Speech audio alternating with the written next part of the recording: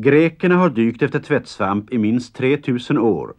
I Odysseen finns tvättsvampens användning omnämnd och även Sokrates beundrade svampdykarnas mod. Gamla målningar visar hur dykarna arbetade, hur de angreps av rovfiskar och hur de pinade av syrebrist svimmade och drunknade på väg till ytan. Enda redskapet var en sten som drog ner dykaren mot botten.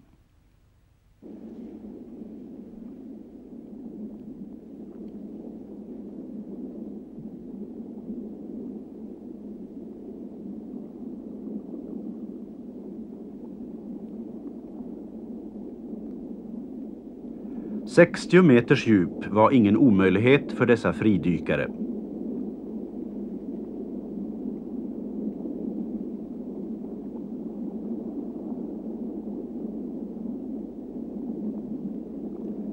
Svamparna användes för rengöring av sår och var så